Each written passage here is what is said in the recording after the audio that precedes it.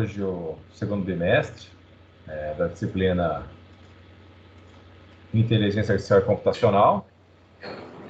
Então, estaremos aqui a partir de agora trabalhando então com o segundo bimestre, né? O primeiro bimestre já encerramos com as atividades e com a avaliação oficial.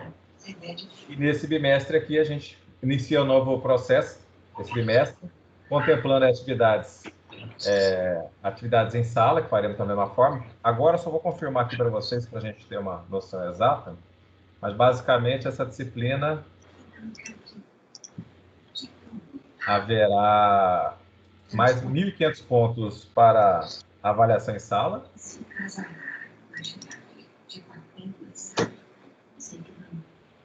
Não, né? É 2.500 pontos de avaliação em sala, né? Que estaremos trabalhando. Além disso, vocês terão também a prova de proficiência nessa disciplina. Eu recebi hoje uma informação dos alunos que estarão participando, mas a princípio eu acredito que todos estejam. Oi? Falou algo? Não, né? Então, muito bem. Aí, nesse contexto, então, a prova de proficiência, essa nossa disciplina estará participando neste bimestre aqui. Eu não sei a data que ela vai realizar, mas a princípio aqui do que eu estou observando, todos aí os acadêmicos da disciplina estarão realizando essa avaliação. Muito bem. Então, esse bimestre, então, nós teremos 1.500 pontos de avaliação em sala, são as atividades que, a partir de hoje, vocês iniciarão a fazê-las, e aí a gente vai, conforme essas atividades serão apresentadas, a gente vai realizando o lançamento dessa pontuação da atividade em sala. Lembrando que a atividade em sala serão 3 pontuações a serem lançadas, então são 2.500 pontos para que sejam distribuídos aí nessas três atividades. Então, basicamente, estaremos lançando as 2 primeiras de 800 pontos e a última atividade de 900 pontos, para que possamos obter aí os 2.500 pontos referentes às atividades em sala. Muito bem. Então, vamos agora na nossa agenda, então, desse nosso bimestre. Contempla aí, inicialmente, veremos a questão de aprendizagem. Nessa mesma sequência, veremos também a questão de estarmos aí prospectando dados. Tá? Então, hoje, estaremos iniciando essa parte da aprendizagem, definições gerais e os principais tipos de aprendizagem. Então, basicamente, a aprendizagem, quando a gente envolve aí a ideia de agente inteligente, então é essencial para ambientes conhecidos, quando o projetista não prevê tudo. Então, a ideia é que é até inviável, né, prever todas as possibilidades de um ambiente. Então, é comum, faz parte do projeto de um agente inteligente que ele consiga ter essa possibilidade, né, de se adaptar ao ambiente desconhecido. Outra situação interessante da aprendizagem é útil para o método de construção de sistemas. Então, eu não sei se vocês já desenvolveram alguma solução, algum aplicativo, né? Mas desenvolvimento comum, os algoritmos determinísticos, né, nas aplicações comerciais comuns, basicamente a gente até envolve regras de negócio, né, envolve ali um certo conhecimento dentro do sistema, mas geralmente esses sistemas comerciais, eles não têm essa funcionalidade, né, de aprender. Então, para que desenvolva um software com esta situação, é necessário, então, que até o projetista do software, né, da aplicação, do agente inteligente, ele estará modificando a forma de como ele estará codificando a sua aplicação. Então, muda um pouquinho. Aí existem várias possibilidades, né, de estar adaptando ao algoritmo, né, da construção do software, mas basicamente tem que abrir a possibilidade de que haja a aprendizagem, né? A outra situação, modifica os mecanismos de decisão de um agente para melhorar a sua performance. Esse item aqui, quando a gente detalha a questão de um agente inteligente, é evidente que temos que ter aqui um módulo, né, interno que esteja ali provendo a aprendizagem do agente inteligente, né? Então, nesse sentido, quando a gente menciona que ele deverá melhorar a sua performance, é evidente que temos que ter aí, lembrando que nós fizemos no primeiro bimestre, a identificação da utilidade máxima, né? Qual a utilidade que aquele agente inteligente estará provendo, como podemos aí estar criando uma função de estar melhorando essa funcionalidade dele, né? Mas essas informações devem ser coletadas e, nesse critério, temos que ter ali a possibilidade de melhorar a performance do elemento via aprendizagem, né? Então, via novos conhecimentos, novas experiências, que esse agente inteligente consiga aí estar adaptando o seu desempenho, ou melhorando, basicamente, para que ele possa estar aí trazendo uma melhor utilidade do que ele foi ali projetado. Então, basicamente, ele vai modificar o elemento de desempenho para que possa melhorar as suas decisões. Isso quando estamos analisando a questão de estar melhorando ali a sua funcionalidade. Alguns agentes inteligentes, né, que não têm esse recurso. O ideal, então, é que tenha essa possibilidade de estar melhorando sua performance. Muito bem. Então, o projeto de um elemento de aprendizagem, ele tem que estar ali embutido os componentes que farão a realimentação do sistema. Então, basicamente, ele tem que ter um mecanismo de realimentação dos pesos ali, das informações que estão munidas deste agente inteligente, para que ele possa ali estar se adaptando melhor à utilidade que foi ali prevista, né? Então, isso é uma questão que temos que pensar aí, qual seriam as melhores possibilidades, mas a ideia é que isso ele possa se adaptar via, né, um critério de realimentação de parâmetros. Então, a ideia é que ele possa ali, não haver necessidade de implantar uma nova atualizá-lo, né, o software em si, mas sim que ele consiga, a partir de próprias adaptações do software, né, se adaptar e melhorar a sua performance via realimentação de parâmetros que ele possa obter ali do ambiente, né, ou do que foi previsto ele para o trabalho, né? Nessa situação, quando a gente trabalha em realimentação, basicamente a aprendizagem ela é dividida em duas formas básicas, né, e simples. Nós temos a aprendizagem supervisionada, né, que a aprendizagem é uma função a partir de exemplos de entrada e saída. As respostas corretas são usadas como exemplo. Então, a ideia da aprendizagem supervisionada, que o agente vai estar apresentando, né, o sinal ali para o agente inteligente, a informação, e vamos estar ali exemplificando quais são as categorias que por ele estão sendo reconhecidas.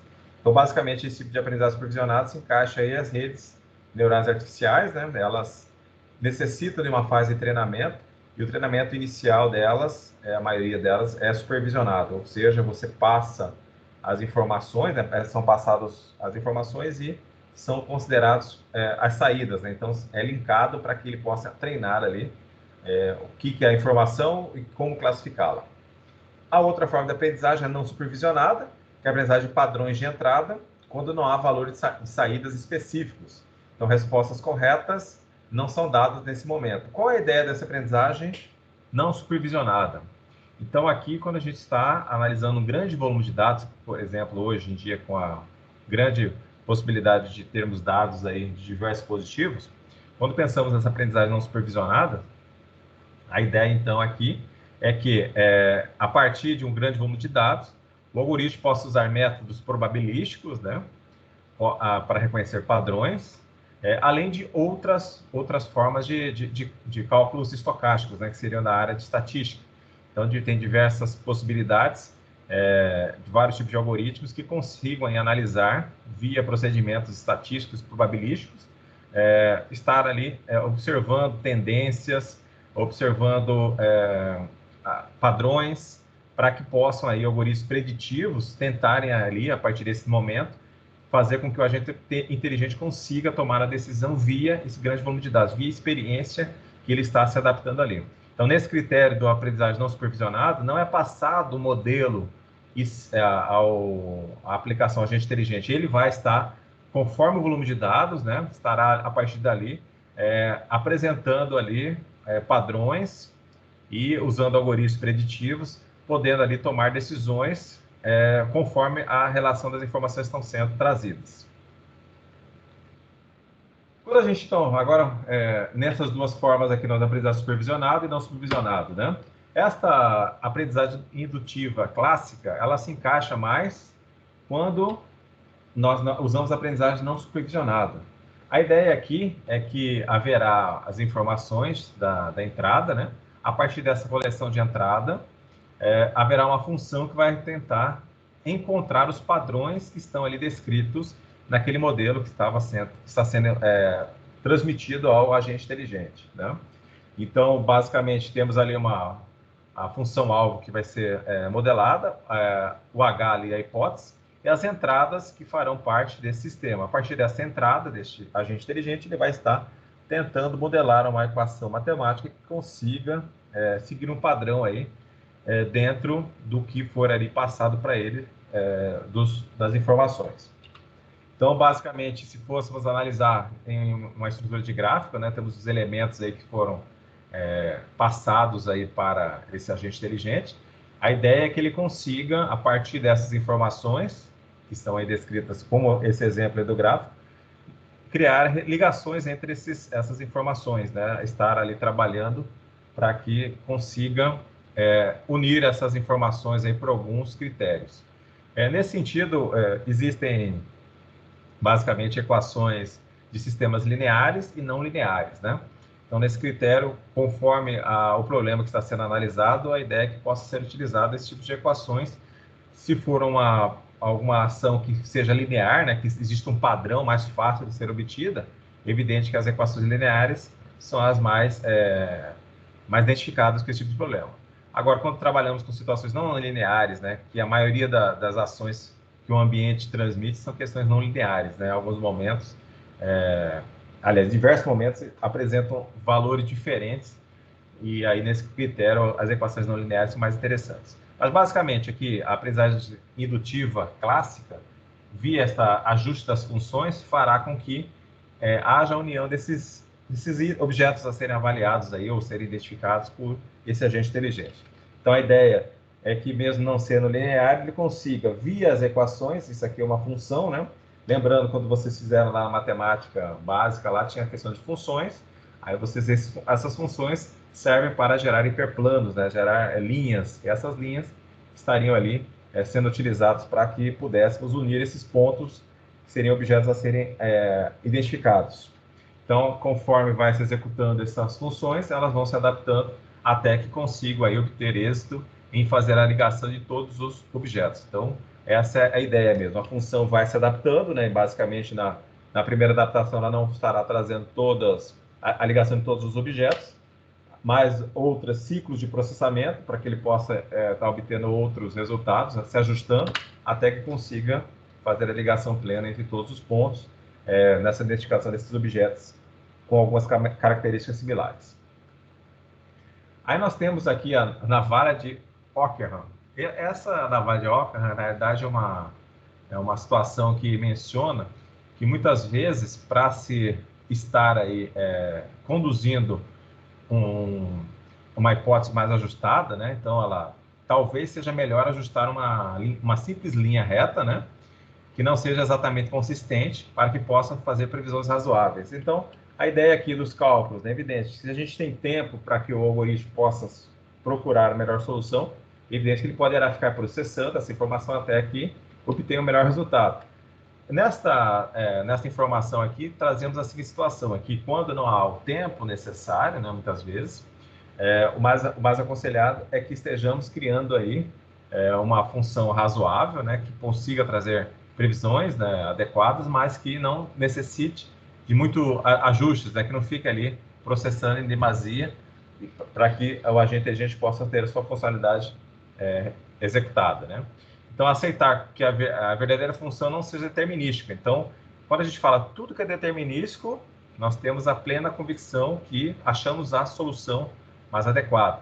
Mas em soluções de inteligência artificial, algoritmos determinísticos não são muito aconselhados, devido, se ele vai encontrar o resultado mais adequado, ele vai ter que processar em maior ênfase e maior carga de processamento, e isso pode levar aí a uma demora da ação do agente inteligente. Então, nesse sentido, esses nossos algoritmos muitas vezes não são determinísticos, então eles trarão uma resposta, mas talvez não seja melhor, mas em tempo razoável, né? E que traga uma possibilidade razoável de resolução do problema, né? Muito bem.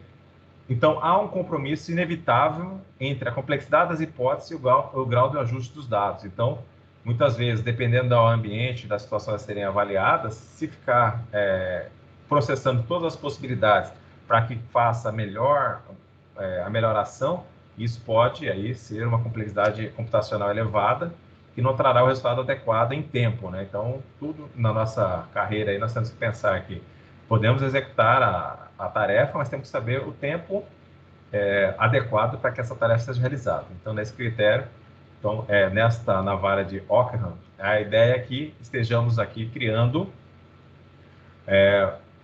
procedimentos e ações que não sejam plenas, não sejam, aliás, completas, né? Mas que possam ali trazerem razoavelmente soluções adequadas para a situação a ser avaliada e analisada. Muito bem, essa questão de ser realizável, né? Até mencionei ele, realizável, então deve ter em mente as possibilidades ou impossibilidade de encontrar uma hipótese simples ou consistente, dependendo dos passos de hipótese analisada. Então, dependendo dos passos de análise, como mencionei, a complexidade computacional ela inibe a solução mais adequada. Então, muitas vezes é necessário então aí que hajam ajustes para que possamos aí, o problema de aprendizagem é razoável se o espaço de hipótese contém função verdadeira. Então, a função deverá ser verdadeira, e aí a ideia é sempre estar simplificando para que o nosso algoritmo não se perca ali, nosso agente em tomar decisões, dependendo ali do tempo que ele tem que tomar a decisão, então, para que ele não se perca nesse processo. Então, nós temos essa parte das funções, né? Então, muitos do que vocês procurarem a parte de aprendizagem, né? Vocês verão que os algoritmos trabalham com equações matemáticas para os seus ajustes para a parte da aprendizagem, né? A outra forma também de estar modelando essa decisão pode ser usando a aprendizagem em árvore de decisão. Essa aqui é uma situação mais simples da decisão em árvore, né? Ela tem uma visão mais fácil de ser visualizada, né? O cálculo em si não é utilizado, mas ele também existe as situações aí de estar provendo árvores também muito extensas, né? Com várias possibilidades, várias ações a serem realizadas, né? Então, a indução de árvore de decisão, forma mais simples, como eu mencionei, e mais bem sucedida de algoritmos de aprendizagem. Então, a primeira forma de aprendizagem via equações matemáticas. Então, a própria rede neural artificial, se vocês forem fazer lá, não usando uma ferramenta pronta, né, não usando um toolbox aí que já tem as redes prontas, apenas esperando os parâmetros, né? Mas se vocês forem fazer realmente uma rede neural, vamos dizer assim, de baixo, né? Ou seja, vendo como fazer todas as funcionalidades, então vocês verão que tem bastante matemática envolvida. O algoritmo terá que estar envolvido com isso. Enquanto trazemos esse algoritmo de aprendizagem usando a árvore de decisão, aí já é um pouco mais simples de visualizar, né, e desenvolvê-los, não havendo, então, essa questão matemática tão evidente, né? Então, a árvore de decisão toma como entrada um objeto ou situação descrita por um conjunto de atributos. Retorna uma decisão, um valor de saída previsto, dada uma entrada, tá? Basicamente aqui, um exemplo, né? Decidir se devo esperar por uma mesa em um restaurante. Aí a ideia dos dados dos atributos que a gente tem que pensar, né? Então, se fôssemos fazer essa árvore de decisão deste critério aqui, teríamos esses atributos, estão descritos aqui, né? Nós temos alterar, que é um restaurante alternativo na redondeza. O bar, existe um bar confortável onde se esperar, caso o restaurante esteja cheio, né?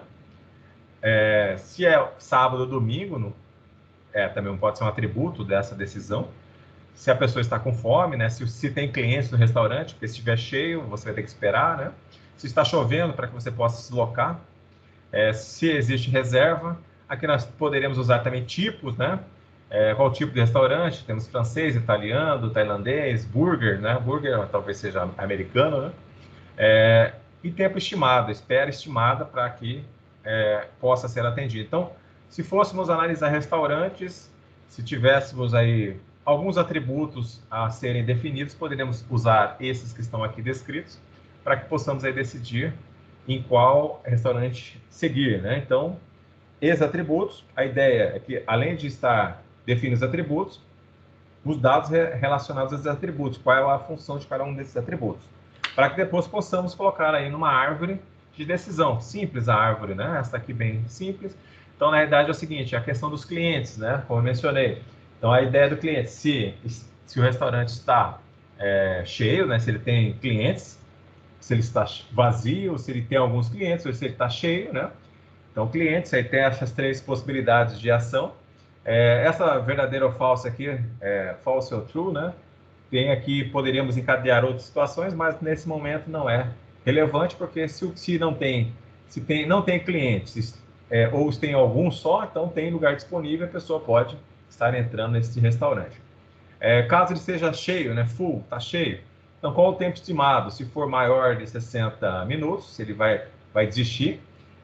Entre 30 e 60, ele pode alterar, ou seja, ele pode procurar um outro restaurante para verificar se tem reserva, a possibilidade de reservar algum restaurante. Se não tem reserva, se tem algum bar, para que ele espere esse restaurante aqui ter o horário para ele poder ser atendido. Ou se ele está alterando também, havendo a possibilidade de mudar para outro dia da semana, né? Então aí ficaria a questão de dia da semana. Então, aqui encerraria essa situação. Então, esse encadeamento aqui do 30 e 60 seguiria para essas ações. Então, ficaria fácil programar aqui, né? Somente dentro da nossa prospecção ali, do nosso código, já prevê esses encadeamentos possíveis. A ideia é que quando a gente chegue a árvore em si, nós temos a raiz inicial, ali, o nó inicial do início dessa árvore, né, de decisão, passando pelos nós. Os nós folhas são considerados aqueles nós que não existe mais encadeamento, ou seja, é uma ação que será realizada. E ali nós temos os nós que seriam subárvores, né, ou trocamentos dessa árvore, né, para que pudéssemos desses nós encadear para ou nós folhas ou outros nós que estariam encadeando para outras ações. Então, nesse sentido, nós espera estimada, então nós temos outra ação de 10 a 30 minutos. A pessoa está com fome, se ela estiver com fome ou não, vai encadeando também. Então, por aqui, a ideia desta árvore aqui é apenas encadear as possíveis decisões que seriam tomadas aqui por esse agente inteligente. Então, modelaria isso aqui dentro da aplicação e, a partir disso, estaria ali definindo quais seriam as atitudes desses agentes inteligentes, dependendo dessas situações a serem analisadas, né? Então, basicamente, a árvore de decisão uma árvore de decisão alcança a sua decisão executando uma sequência de teste. Então, é testado todos os nós até que encontre a solução. Muito bem. Cada nó interno da árvore corresponde a um teste do valor de uma determinada propriedade, e as ramificações a partir do nó são identificadas como os valores possíveis de teste. Então, a ideia é que existe uma hierarquia, né, evidente, para que eu chegue nesta situação aqui da observação do sábado e domingo, eu tenho que estar passando por essas outras decisões, observando se eu realmente estou tendo tempo de espera, se eu vou alterar aqui a data, alterar o restaurante, aí sim que eu estaria chegando nessa definição aqui do sábado e domingo, né? Então, a ideia é que quando se monta uma árvore de decisão, é evidente que tem que se seguir os passos aí, o encadeamento que está sendo realizado. Nós até fizemos, acho que não, de você não fizemos, mas já havíamos testado, existe uma disciplina de inteligência artificial, que a gente monta lá sistemas especialistas dentro do Expert Sinta, lá similar. A gente vai passando pelas regras e conforme o encadeamento chega a ser uma solução, né? Então, essa é a ideia aqui também. Cada nó de folha especifica um valor a ser retornado se aquela folha for alcançada. Então, chegando a folha aqui, o resultado desses nós onde não existe encadeamento, chegaremos ao final aí da folha em si. Então, ali a ação a ser realizada, o valor a ser observado, dependendo então do encadeamento que seguiu nessa árvore de decisão. Muito bem. A expressividade, né? Qualquer função booleana pode ser escrita por uma árvore de decisão, é evidente, né? Cada linha da tabela verdade de uma função booleana pode corresponder a um caminho na árvore. Então, a ideia aqui, evidente, se a gente nós fizéssemos aqui um encadeamento das ações dessa árvore, poderíamos seguir aqui esse encadeamento para que seguíssemos o caminho, a decisão, né, a ser tomada dentro dessa árvore, o caminho a ser seguido, né? Então, a ligação entre os itens aqui, por exemplo, nós temos aqui o A, o F passando para o estado B, olha lá, o F aqui, falso, né? para o B mais um falso, então obteremos o falso aqui embaixo, que foi a ação a ser encontrada. Evidente que aqui existe uma ligação de A OR exclusivo B, né? Então, O exclusivo B é uma tabela verdade, ele só será verdadeiro se um for verdadeiro e outro falso, né? E essa é a questão da exclusividade em estar aí considerando o OR exclusivo, que é os itens aqui que estão correlacionados nessa decisão. Então, a árvore ela segue este caminho conforme a tabela verdade que está sendo descrita por ela. Então, trivialmente, uma árvore de decisão consiste em qualquer conjunto de treinamento com um caminho, de uma raiz à folha, como por exemplo, né? Então, a ideia é que estejamos saindo nó raiz, conforme a primeira decisão a ser tomada, a partir dela, o encadeamento é realizado dentro desta árvore, né? Para que chegue a solução que é o nó folha ali, que está descrita.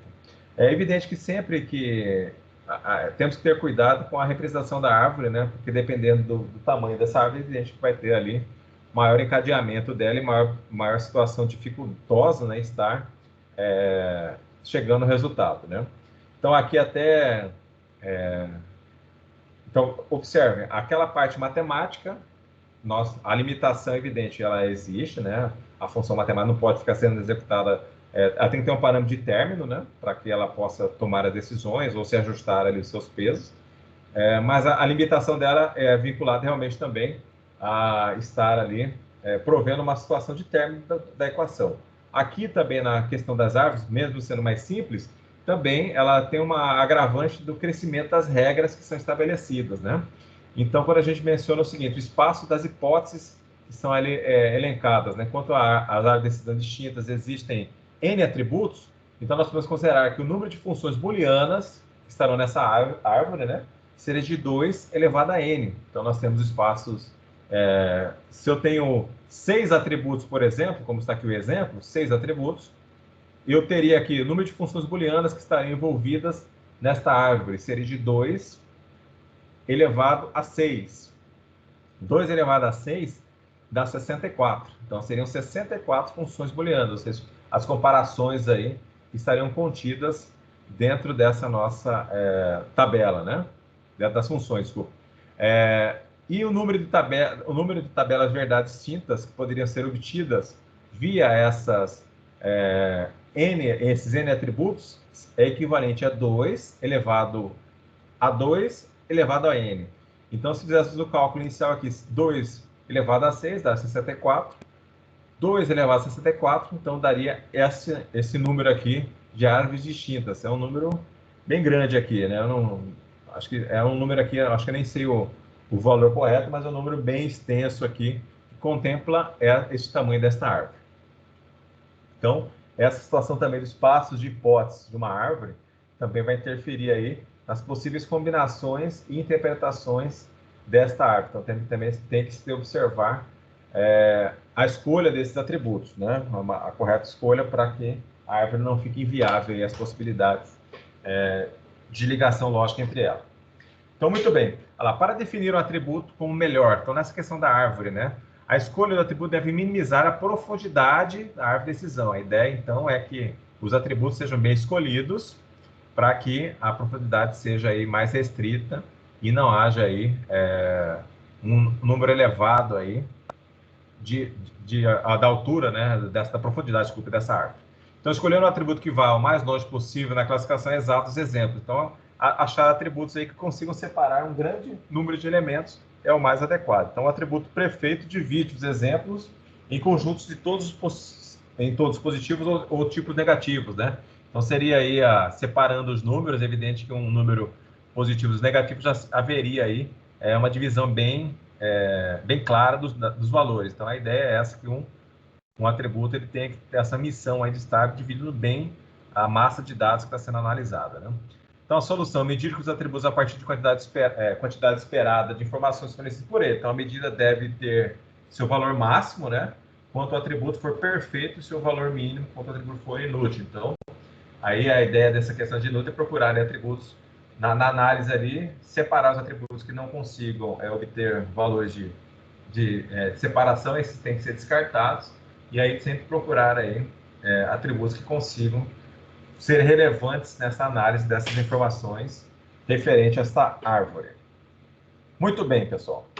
Então, essa situação aqui, basicamente, essa questão da aprendizagem, o importante que vocês tenham em mente é o aprendizado supervisionado e o não supervisionado, né? Então, essas duas categorias de aprendizagem, né, que é utilizada aí para que o agente inteligente possa ter aí uma performance mais adequada.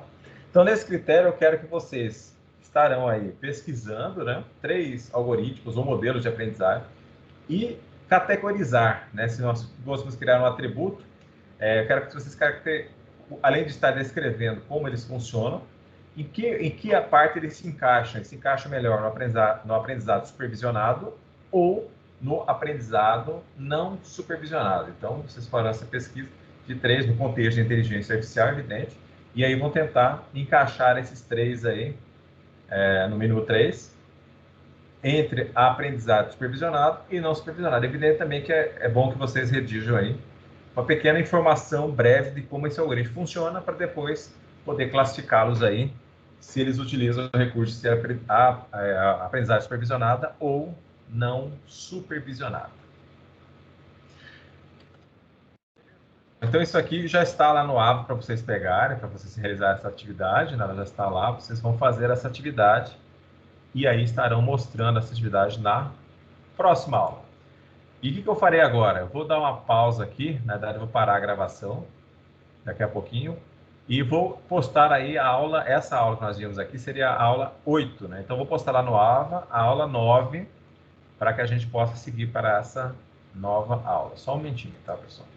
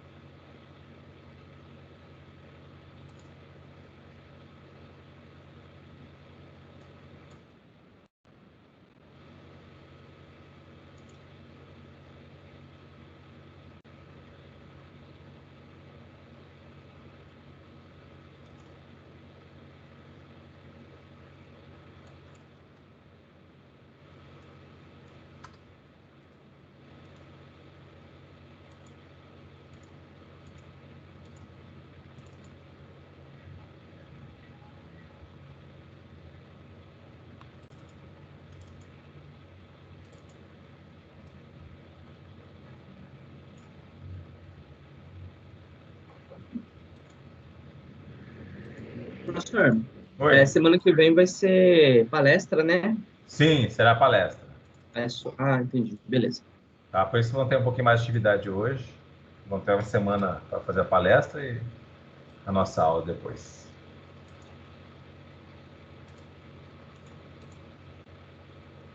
Pessoal, então eu vou agora parar a apresentação dessa aqui, a aula, e vou iniciar a outra agora, só um momentinho.